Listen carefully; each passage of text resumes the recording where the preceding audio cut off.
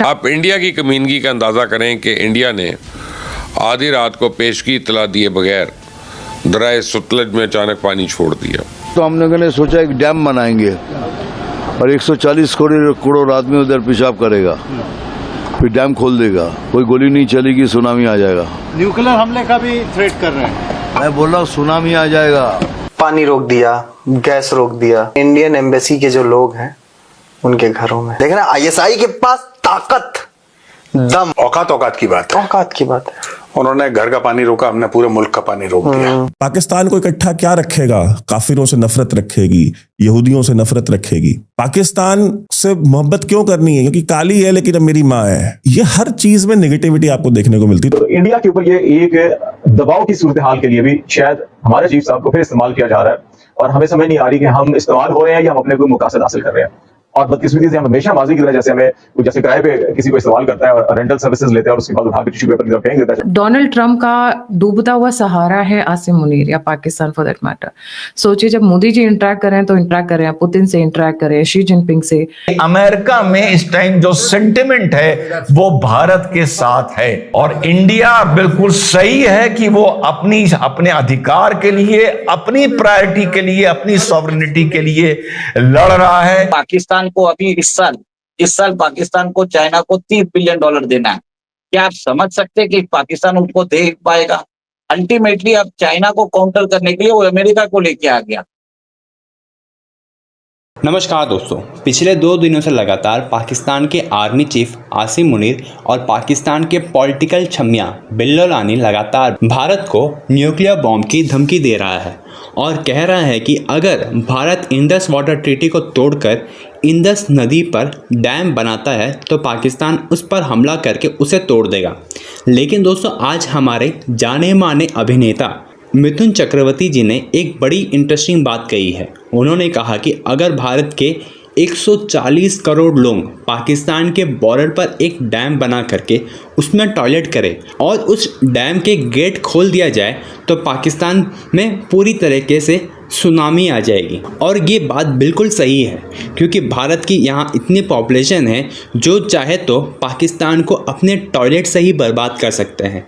इसके बाद से पाकिस्तान में एक बहुत बड़ी चिंता का माहौल है और पाकिस्तान के जर्नलिस्ट कुत्तों की तरह भौंक रहे हैं। तो चलिए इसी पर आगे पाकिस्तानी मीडिया का रिएक्शन देखते हैं। पाकिस्तान ने बहुत बड़ी जवाबी कार्रवाई की है भारत के खिलाफ। क्या मतलब दिखाया है कि कितना जोश है, कितना जुनून है। न्यूक्लियर बम मार दिया क्या?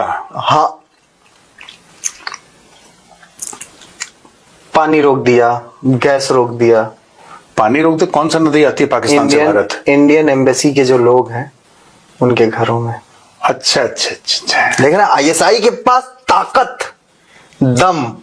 तुम्हारे घर पे पानी नहीं देंगे? तुम्हारे घर पानी देंगे। जिहाद है, जिहाद। अच्छा देखो, सबसे बढ़िया बात तो देखो, सबसे बढ़िया बात यार, औकात की बात है। औकात की बात है।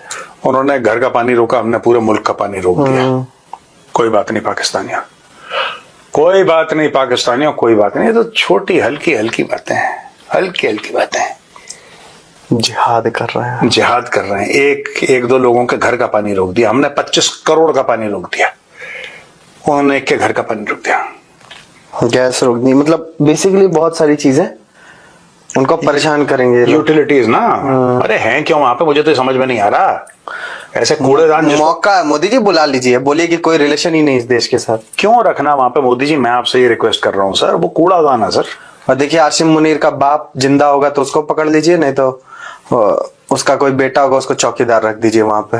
ना, मैं तो वो भी कह रहा हूँ, छोड़ो, सिंपल सी बात है सर, एक अपनी जमीन की साफ सफाई के लिए। अरे वो ठीक है, सिंपल सी बात है, वहां पे एक चौकीदार होना चाहिए। जो खैर पाकिस्तानी हो, कोई दिक्कत नहीं है। लाठी पकड़ के एक चौकीदार होना चाहिए और आगे बहुत बड़ा ताला होना चाहिए, इंडियन हाई कमीशन इन इस्लामाबाद। और अगर आपकी कराची में कॉन्सुलेट वगैरह जो भी हैं वो सब बंद। सिमिलरली यहाँ पे चाणक्यपुरी में जो है पाकिस्तान का जो हाई कमीशन है, और मुंबई जहाँ पे, हैदराबाद कहीं पे, और अगर बेंगलोर में कहीं पे इनका कॉन्सुलेट होगा, सबको खाली करवाइए। There is no point. ये आदमी चाहे कितना भी भिखारी हो, आसिम मुनीर, कितना भी बेड़ागर को इसका, लेकिन इसने धमकी दी है भारत में, और उसके बाद भारत कह रहा है कि सेवर रैटलिंग। अरे भाई, आपने क्या करा आप ये बताओ। मैं तो इंडियन गवर्नमेंट को ये बोलूंगा कि खत्म करो पूरा मैटर, बहुत अच्छा मौका है, खत्म ही करो, टंटा साफ करो। अगर हम पे प्रॉब्लम आई तो हम न्यूक्लियर बॉम्ब यूज कर देंगे और आधी दुनिया का नकोस का सर्वनाश कर देंगे। ये वही सोच है, वही विचारधारा है जो ओसामा बिन लादेन की हुआ करती थी या ISIS की हुआ करती। अब यहां पर जो पाकिस्तान को गोद में पाकिस्तान को अमेरिका बिठा रहा है या जो टैरिफ की बात चल रही है, जब ये सवाल पूछा गया तो माइकल रूबिन कह रहे हैं कि जो मैसेज जा रहा है वो दुनिया में ये जा रहा है कि अमेरिका एक अच्छा दोस्त होने के, अच्छा अलाय होने के, एक स्थिर और गंभीर दोस्त और अलाय होने के लायक नहीं है। डोनाल्ड ट्रंप के सेकेंड टर्म में अमेरिका इस तरह बिहेव कर रहा है जैसे कनाडा को किसी ने स्टेरॉइड्स दे दिए हो, कि कोई भी कारण और वजह नहीं है कि मुनीर की जो बकवास है, एक न्यूक्लियर रोग स्टेट के फील्ड मार्शल ने जो हमारी जमीन पर आके की है, उसको किसी भी सूरत पे बर्दाश्त किया जाए। इनका कहना है कि जब मुनीर ने ये बकवास की और वो वहां पर पब्लिक में आई तो या तो मुनीर को 30 मिनट के अंदर प्लेन में बिठाकर क्यूबा या बहामास भेज देना चाहिए था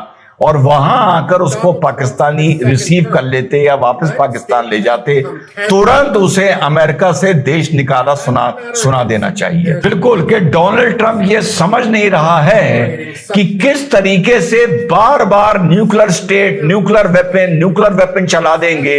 ये ऐसी बात है जो ISI को या बहुत से लोगों को जिनके पास एक्सेसिबिलिटी है उस वेपन की विद इन पाकिस्तान या किसी नॉन स्टेट एक्टर्स को प्रवोक करती है कि किसी दिन वाकई ये एक न्यूक्लियर वेपन यूज कर देंगे। यहां पर बात हो रही है अब टैरिफ की, एंड मिस्टर माइकल रूबिन कह रहे हैं कि एवरी अमेरिकन बिजनेसमैन से अगर आप बात करिए तो ये चीज सामने आती है कि उसका दिल चाह रहा है कि भारत से वो माफी मांगे।